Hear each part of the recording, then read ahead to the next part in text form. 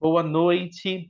Começaremos agora a nossa aula de número 3 do mini curso de baralho de José Pilintra, e nós iniciaremos a nossa aula falando um pouco sobre o que vem a ser o oráculo, né? Então, desde a Grécia Antiga, diversos cidadãos procuram oráculos para resolver questões pessoais. Por mais que a prática de consultar um oráculo seja de origem grega, né? A própria palavra ela origina-se no latim oraculum, né? E essa palavra ela vem de um verbo, o verbo em latim orare, né? Que em português nós podemos considerar como verbo orar ou como verbo rezar, tá? Desta forma, o oráculo ele possuía três significados. Quais são esses significados? Primeiro, a divindade. Então, a divindade em si, tá? A divindade em si. Segundo, uma pessoa intermediária usada para expressar a mensagem da divindade. E o terceiro, o lugar sagrado onde a resposta é dada. Então, se nós pensarmos nessa ideia de oráculo, ela pode se tornar tanto uma igreja, por exemplo, que é um local sagrado onde você entra em comunhão com Deus, ou na antiga Grécia, com os deuses, né? Mas o oráculo, ele também pode ser o baralho, né? E a pessoa, que é o oraculista, vai intermediar a mensagem expressa pela divindade, tá? O oráculo mais antigo e famoso da Grécia foi o oráculo de Delfos, que fica situado no sopé do Monte Parnasso, em frente do Golfo de Corinto, tá? Do Monte Parnasso, que é muito conhecido para os amantes da literatura, né? Então, quem conhece literatura sabe um pouco sobre o Monte Parnasso. E hoje, se nós pensarmos sobre a evolução dos oráculos, hoje em dia nós podemos praticar a mancia de diversas formas, utilizando moedas, cartas, runas, tarô, búzios e dados, como apenas alguns exemplos, tá? Dando continuidade, aí nós vamos trazer já essa ideia para o Brasil, porque se a gente pensar, por exemplo, na ideia da cartomancia, né, na ideia dos oráculos em si, eles têm a sua fundamentação na Europa. O seu surgimento começa na Europa, né? E em relação ao tarô, não, porque o tarô tem inúmeras teorias sobre o tarô, que fala que alguns vão falar ser egípcios. Então, depende, né? É uma característica muito incerta, tá? Mas o polo de propagação é a Europa, tá? Já que no Brasil, se nós pensarmos sobre oráculo, nós vamos ter a inserção do oráculo na sociedade brasileira a partir dos anos, a partir do século XX, anos 1900, tá?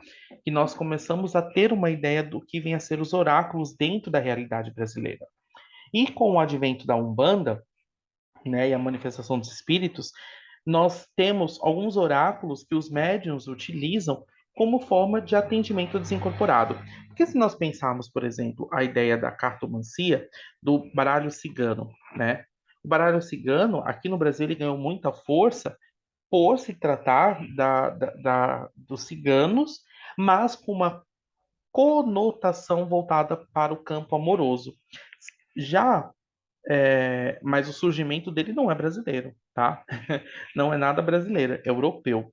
E não tem nada a ver com a, a criação do mito brasileiro, tá?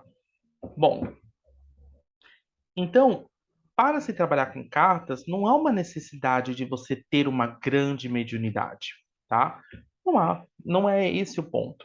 Para você trabalhar com as cartas, você precisa desenvolver o que todas as pessoas têm: intuição. Intuição e conexão com o seu eu superior. Quanto mais conexão você tiver com o seu eu superior, melhor será a forma que você interpretará as cartas. Além disso, nós também temos alguns exercícios que eu ensino no curso vão ser os exercícios de ancoramento de leitura, né? Que você ancora e você faz todo o preparo da sua mesa para a realização dos trabalhos, para que você não fique nem em um transe mediúnico, tampouco você fique extremamente desconexo em relação às cartas, tá? No nosso curso eu ensino sobre os símbolos, né, divinatórios, que são os números, né? Porque Pitágoras mesmo, ele já grande matemático, ele falava que tudo está disposto conforme o número. Dessa mesma forma, nós temos os seus significados numerológicos. Toda numerologia, ela está conforme o número.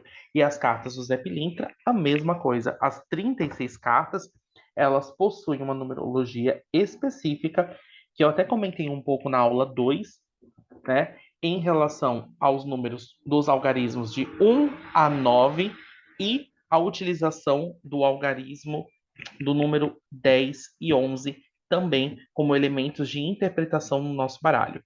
E para isso eu denominei como significados simbólico divinatórios, tá? Então, vocês se recordam que nós falamos que as cartas elas possuem três conceitos. O primeiro conceito numerológico, o conceito imagético e o terceiro conceito gráfico ou conceito nominal. Isso é uma teoria que foi criada por mim, tá? Vocês não vão encontrar esse conteúdo em algum outro lugar, porque foi uma teoria que eu estou estudando, que eu estou desenvolvendo, com base nas experiências que Pilintra, que me assiste, me trouxe. Mas também não quero dizer que essa seja uma verdade absoluta e que vocês devam seguir isso à risca. Não, é o modo como eu trabalho e eu ensino para vocês a maneira como eu trabalho, assim como me foi passado, tá bom?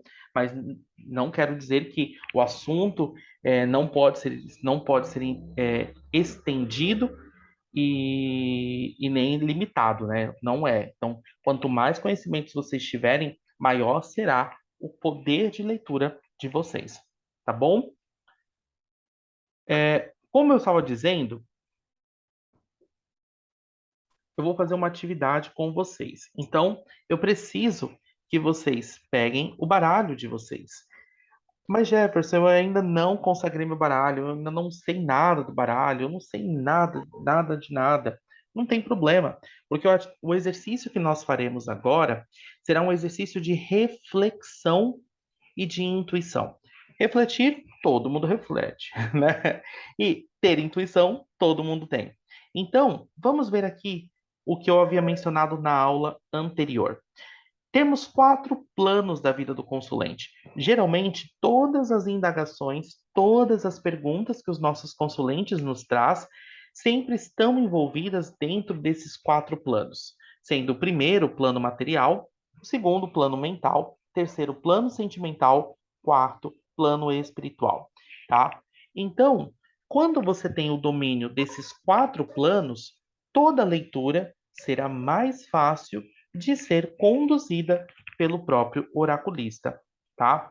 Então, logo, ao pegar carta por carta, é interessante que você consiga escrever um significado para cada plano. Na apostila que eu disponibilizo, né, no meu curso fechado, vocês vão ter o acesso ao que vai ser o plano material, o mental, o sentimental, o espiritual, tá? E esse exercício ele vai ajudar vocês a pensarem, depois saberem, então agir, certo? Então agora eu vou eu vou abrir aqui para que nós façamos esse exercício em conjunto, tá certo? Então, muito obrigado